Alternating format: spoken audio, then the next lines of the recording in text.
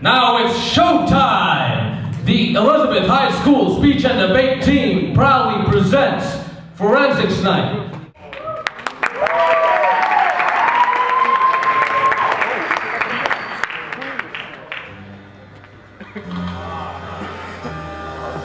Introducing your hosts for tonight, Speech Captain Franklin Aguilar and Team President Jonathan Chamba!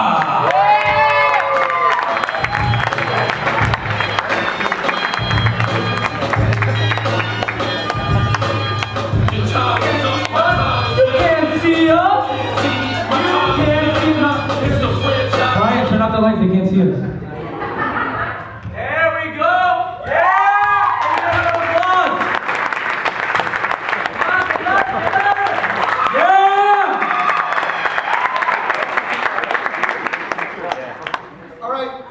So, tonight we're here to present to you our annual Forensics Night Showcase, where the Elizabeth Speech and Debate Team performs our pieces that we competed with all year.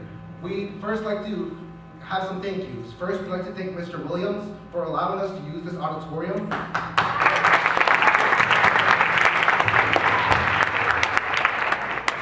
Secondly, we'd like to thank Mr. Cummings for allowing us to do this as our senior project.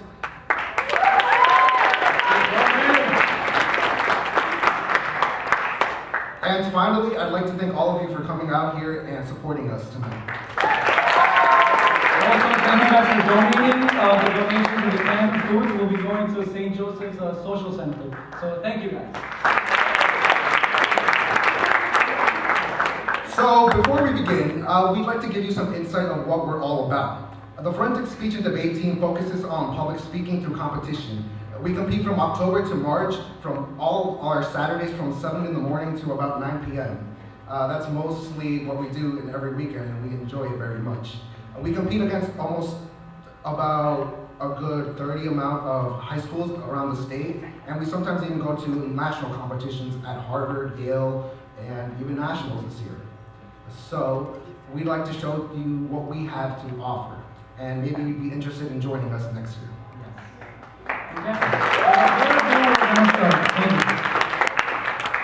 So, without further ado, let's begin. First, introducing duo interpretation tonight. Team Captain Aaron Mulatto and Antonio Brito.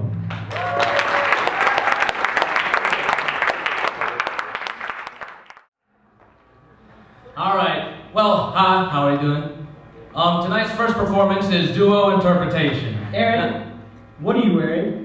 I'm dressed for the occasion. No, I'm dressed for the occasion. You look like a nerd.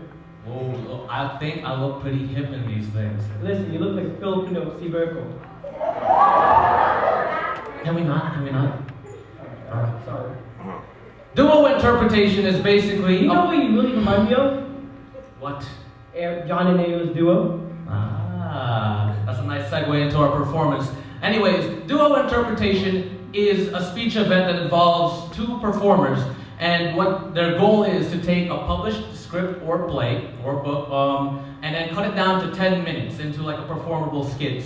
Also, the catch is that you cannot touch or look at the performer, your partner, as you perform it. Exactly. John and Ariel has had a very successful year this season, having placed first place at Summit Invitational, taking top novice at Ridge High School, top novice. Give them a big round of applause for that.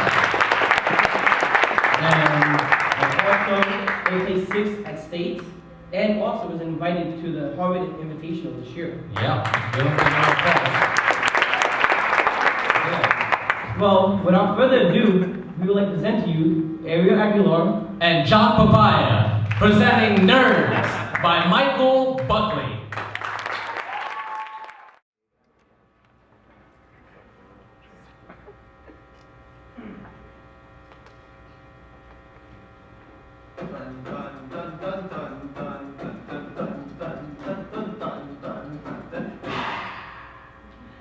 Jackson Jones peered through his binoculars as he looked at the horizon. He smiled and looked at his partner and friend Brett Beeler as he said, "They're coming!" Jackson found the enemy unnerving. They were grotesque, with their drooling mouths and puffy eyes. Now Jackson was convinced the enemy had been formed shape. In fact, you couldn't imagine anyone being born a nerd. Dun, dun, dun, dun. All right, boys, attack! Hey, nerd! Nice braces, freak! Please, leave me alone. Now, to the casual observer, Jackson may appear to be a jerk, but at Nathan Elementary, Jackson was popular. Very popular. But little did he know that the whole hand of fate was going to smack him in the face, and it all started with one word. Interesting.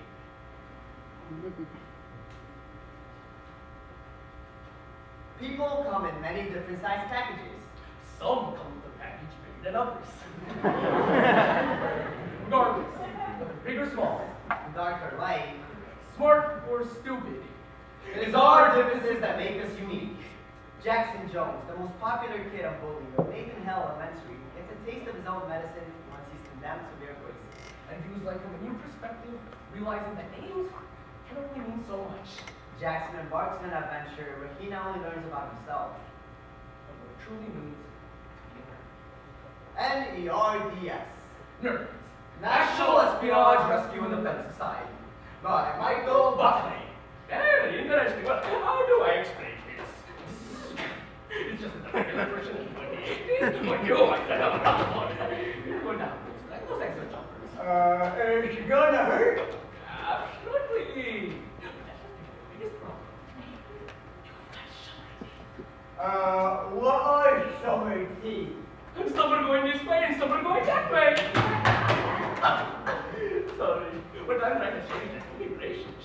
Braces! Nothing will change. Your friends are still going to like you. Loser. Freak! Jackson Jones, those braces cat. You're a geek, a goober, you're a nerd. Oh, I'm not a nerd.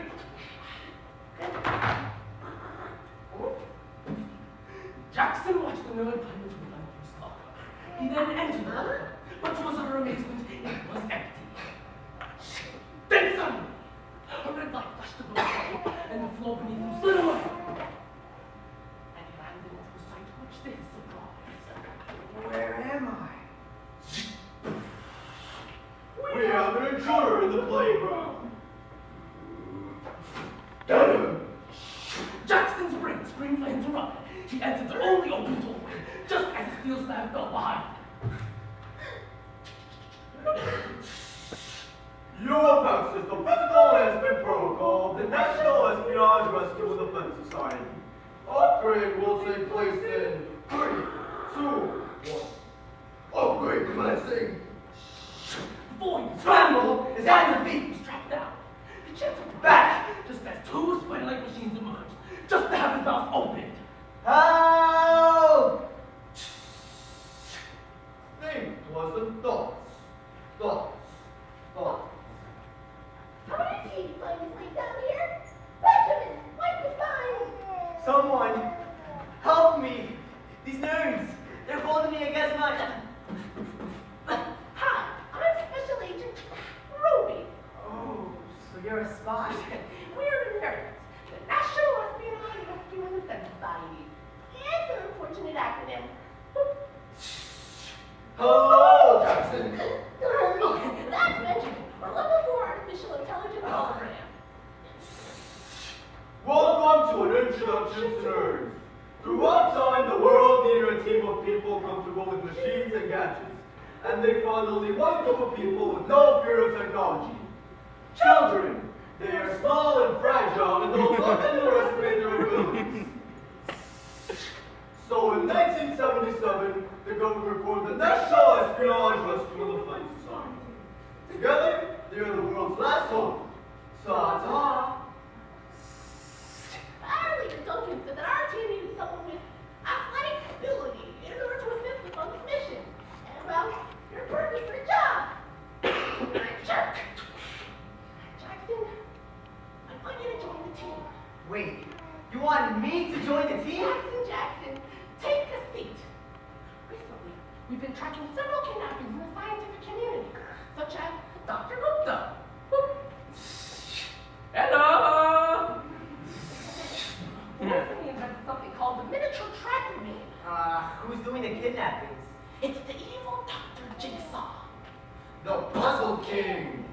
King. I'm fine. My doctor been complete. From one place to another with a blast of energy. And I'm going to put it back together. Like a jigsaw puzzle. Can I think about it? Think carefully. When you're ready to serve your country, read this and follow the instructions. We'll be waiting, Jackson.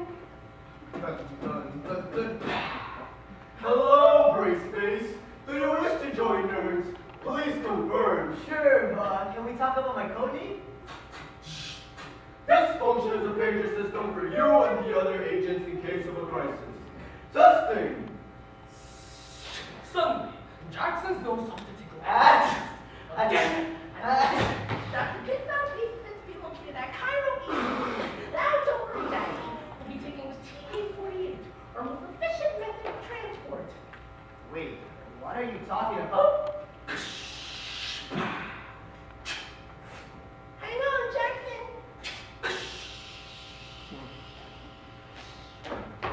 Well, Jackson, here it is. Jigsaw's base. So, how do we get inside? Jackson, get back. Ha! Nice! Why interrupting something? Good job, Braceface. Stop calling me Braceface! Typical Jackson. Look, I know I've been a jerk to you guys, but if we're going to save the world, we're going to need a plan. Well, I think I have an idea. Let's do this. What are you doing here? We're here to save the world. I'm not so special. No! No!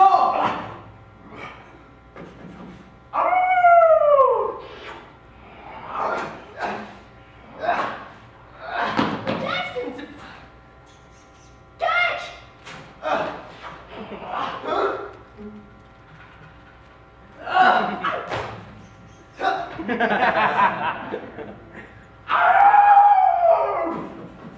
Ow, that is it!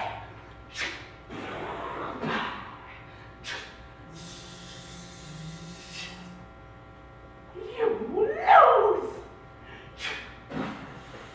What will the Red Jackson do now? Good job, Braceface. Hey, Braceface!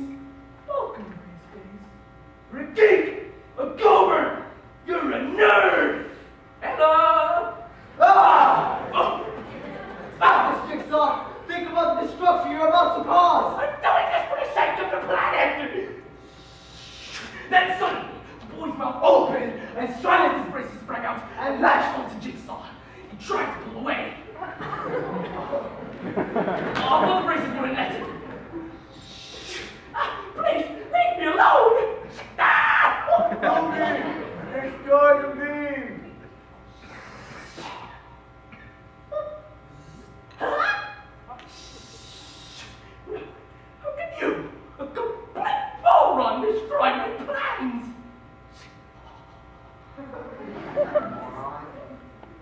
I'm a nerd. The tractor being finally destroyed. Jackson and the nerds restored peace to the world once again. It was clear to them that he had changed his ways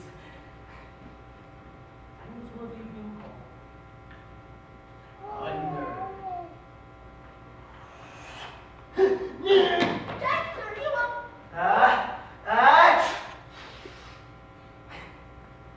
Looks like you get to see the world again, Jones. Call me Braceface. Dun, dun, dun, dun.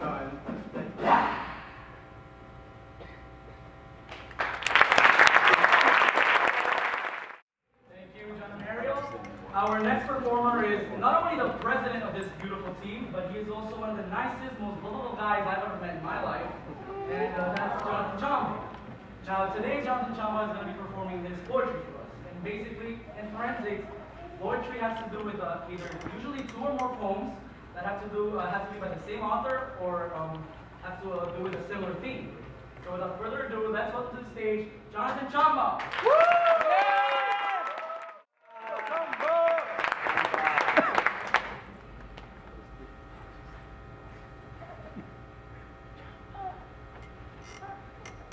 I was sitting in the break room at work.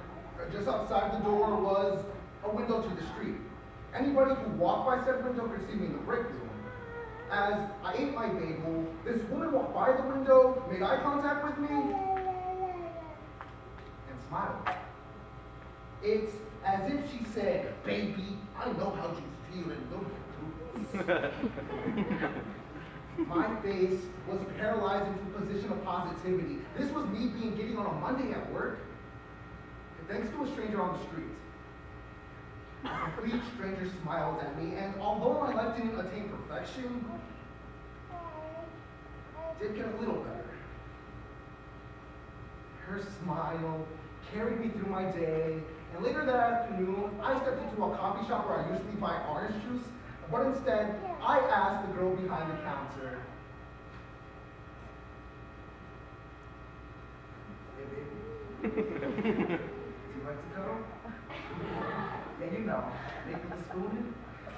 We work together because I'm an Aquarius and you're a Gemini, and they so totally complement each other. And who cares if they don't? Maybe we're the two that can make it work. We can demolish all preconceived notions with regard to astrology. The world needs us. Get with me. He said and nodded yes, punctuating it with a smile.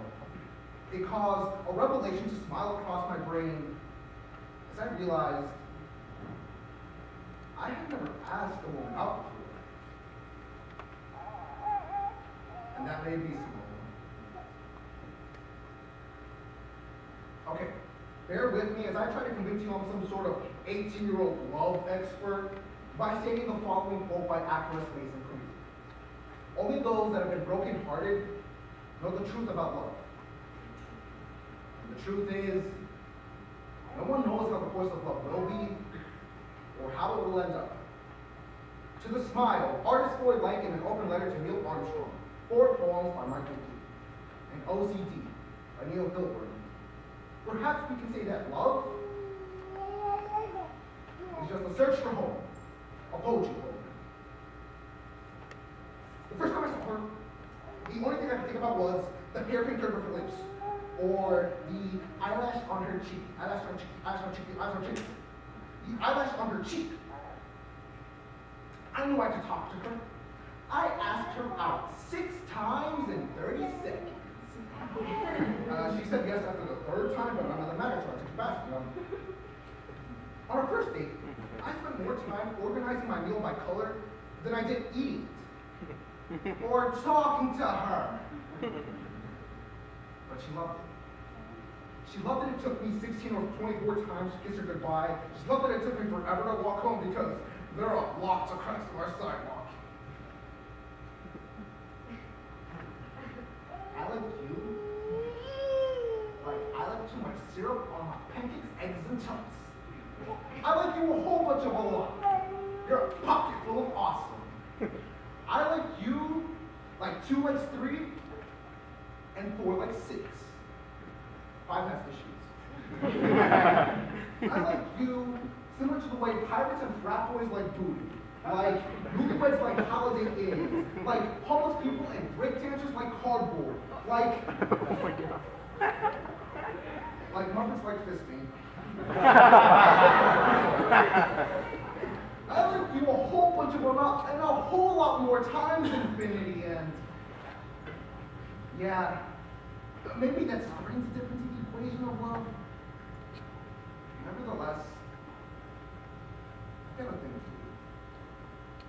for you. Like magnets got it for refrigerators. I'm starving. And I like it. I think your body delightful soul, and I hope you like me back, even if it's like just like furniture. At least you're all over me. So I'm making a pledge, because I guess I'm tired of reading people who define themselves by what they don't like. I just don't like that. However, I do like holding you. Like your pillow holds your head when you sleep. Like gay, lesbian, transgender, transsexual, Irish, and Mexican people hold parades. Like the Earth holds the moon, and the sun holds the Earth, and how they'll constantly be spinning around each other forever. I know that metaphor doesn't really make sense with regard to this poem, because that would imply there'd be three of us. However, you get the idea. In my book, you rock.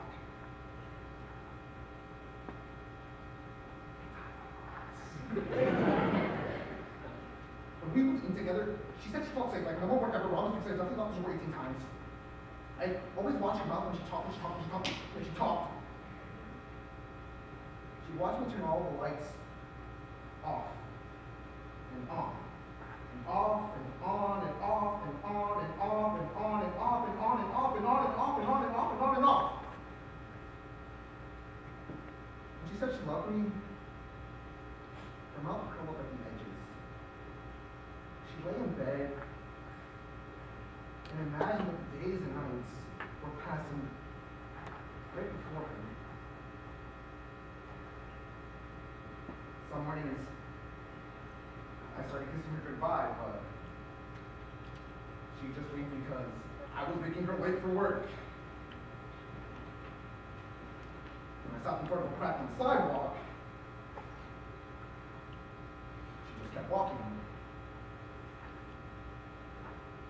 And she said she loved me. Her mouth was a straight line.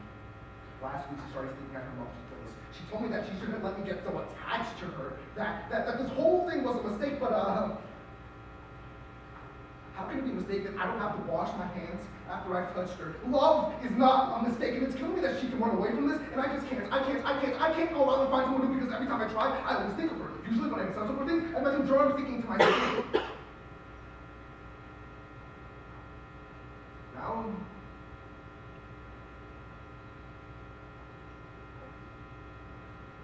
just think about who else is kissing her. He only kisses her once. He doesn't care if it's perfect. I want her back so bad.